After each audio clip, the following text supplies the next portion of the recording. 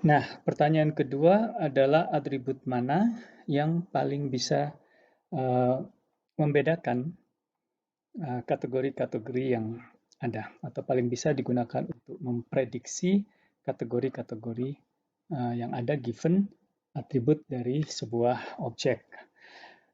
Sebagai contoh, di sini ada dua kelompok yang ditandain dengan tanda plus dan minus.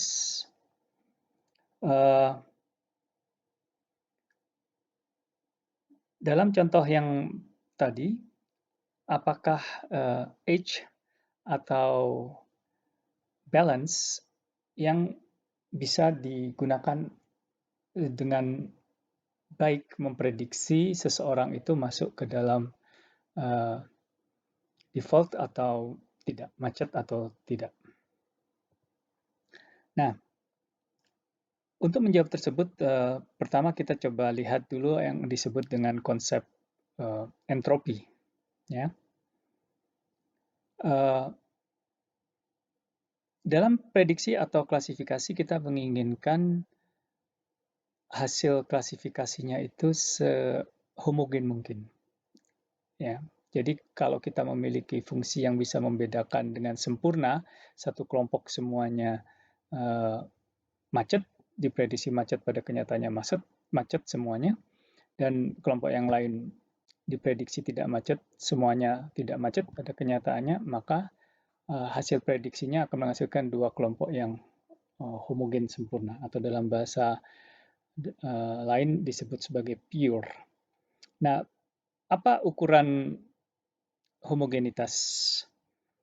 Di sini ada konsep entropi diperkenalkan oleh Shannon ya.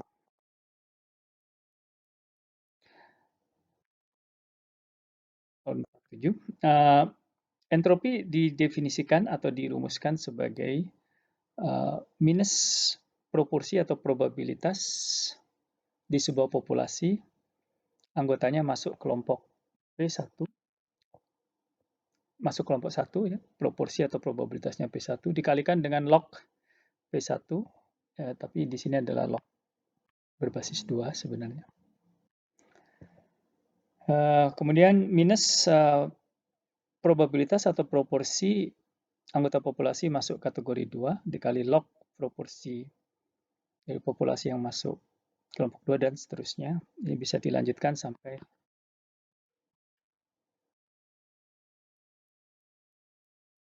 tapi untuk penyederhanaan di sini sebagai contoh kita hanya punya dua kelompok, yaitu dalam gambar ini kelompok minus dan plus. Oke, kita lihat di paling kiri seluruh anggota kelompok adalah minus ya. Jadi kita memiliki 0% plus dan 100% minus. Sehingga di sini minus 0 dikali log something minus 1 dikali log 1. Hasilnya adalah 0. Ya. Nah, bagaimana kalau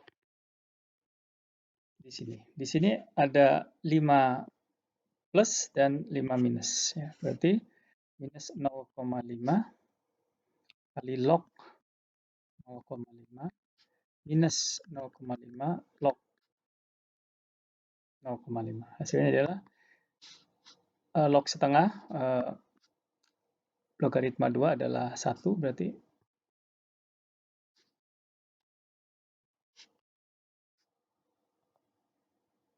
maaf, minus 1 ya maksud saya. Hasilnya adalah 1, maaf, 0,5. Nah, jadi entropi maksimum dicapai kalau antara kelompok plus dan kelompok minus 50-50. Jadi kita memiliki ketidakpastian yang maksimum. Ya. Sebaliknya entropi menjadi 0 kalau di populasi 100% plus atau 100% minus. Ya, jadi kita yakin hasil prediksi kita selalu tepat. Nah, Jika sebuah atribut bisa membedakan, ya pertanyaan berikutnya, berapa cut off-nya? Contoh yang tadi, apakah usia di atas 50 atau usia di atas 45 yang bisa membagi eh, instances yang kita miliki menjadi dua kelompok yang sehomogen mungkin. Nah, untuk menentukan atribut mana dan cut off-nya berapa yang paling bisa membedakan, yang paling bisa memisahkan, kita menggunakan konsep information gain.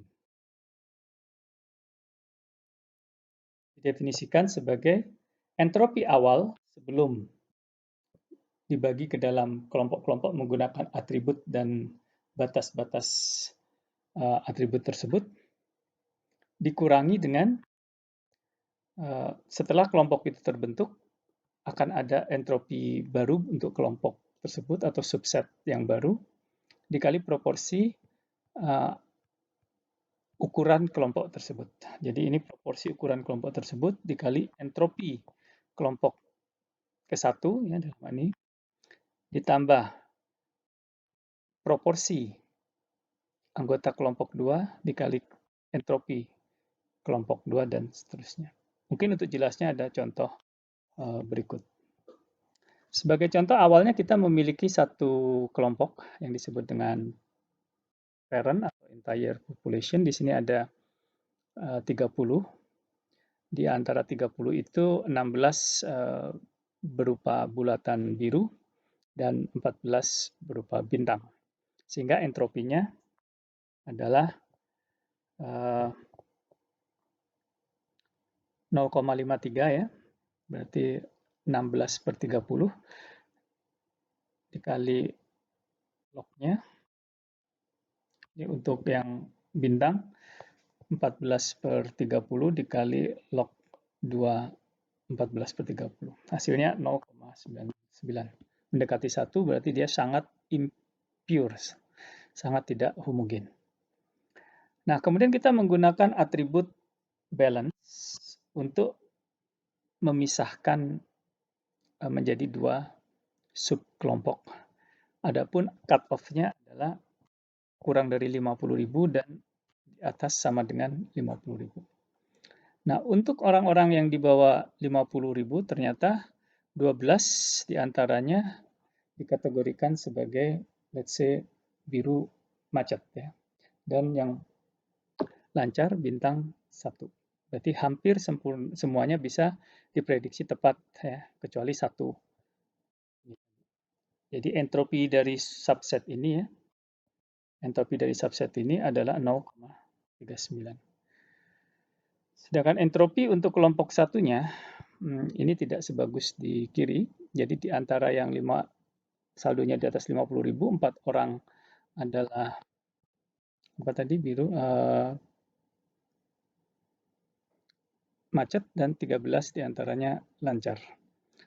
Nah, jadi di sini entropinya adalah awalnya entropi 0,99 ya dari satu kelompok parent. Kemudian setelah dipecah berdasarkan atribut balance di bawah 50.000 dan di atas 50.000 ada dua subset. Subset pertama entropinya 0,39, subset kedua entropinya 0,79.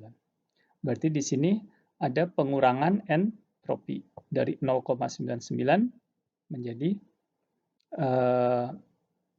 yang baru ini berapa dihitung. Nah, selisihnya ada yang disebut dengan information gain.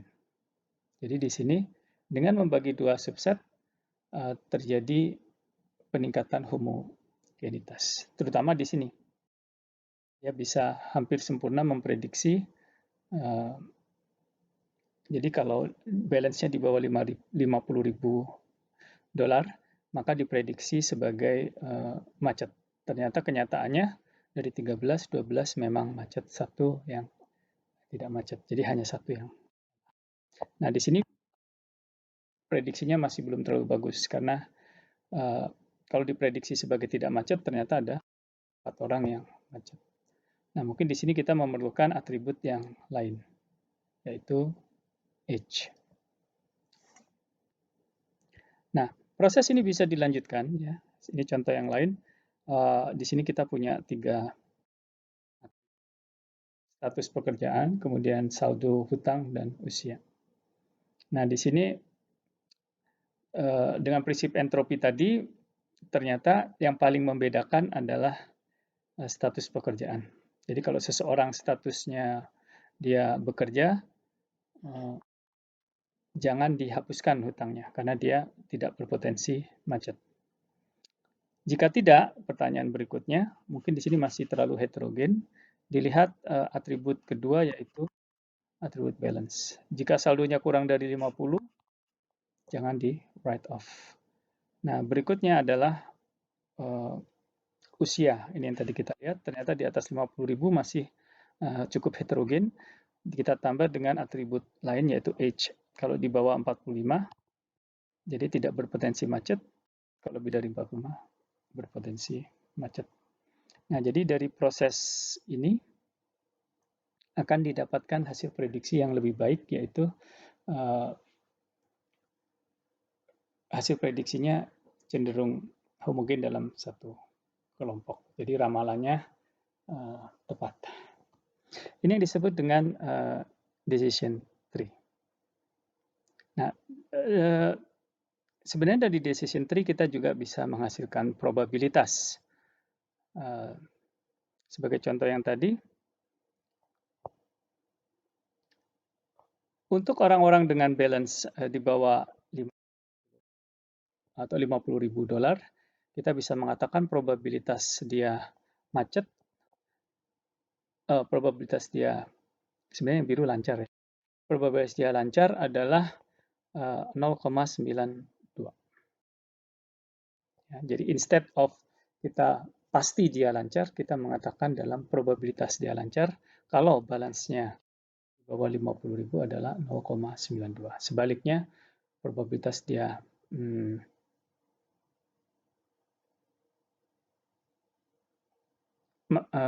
macet adalah 0,08.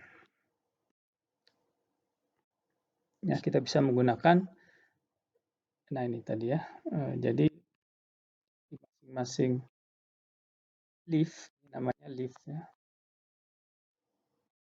leaf node, kita bisa hitung probabilitasnya. Sebagai contoh ya, leaf node itu di sini.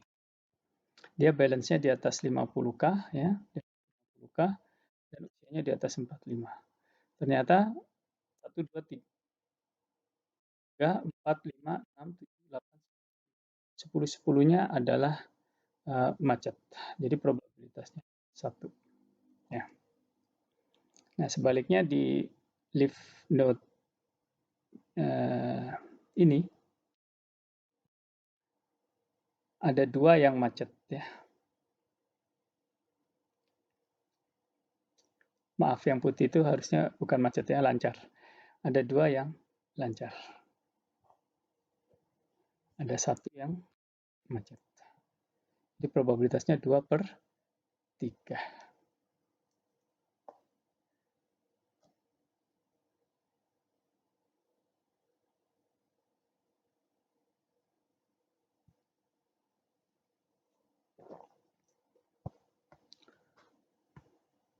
Nah, ini contoh untuk decision tree yang dipakai untuk situasi yang lebih kompleks ya.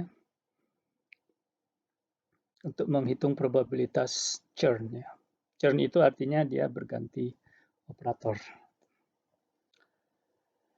Nah, algoritma atau ide dari decision tree cukup sederhana. Jadi kita memilih atribut yang paling membedakan atau paling dapat memecah ke dalam kelompok-kelompok sehingga information gain-nya maksimum ya. Dari beberapa atribut sehingga diperoleh homogenitas tertinggi pada setiap leaf node. Ada beberapa software yang bisa digunakan untuk melakukan proses ini. Jadi kita tidak harus melakukan secara manual. Jadi kalau kalian sudah paham prinsipnya, kalian bisa menggunakan software.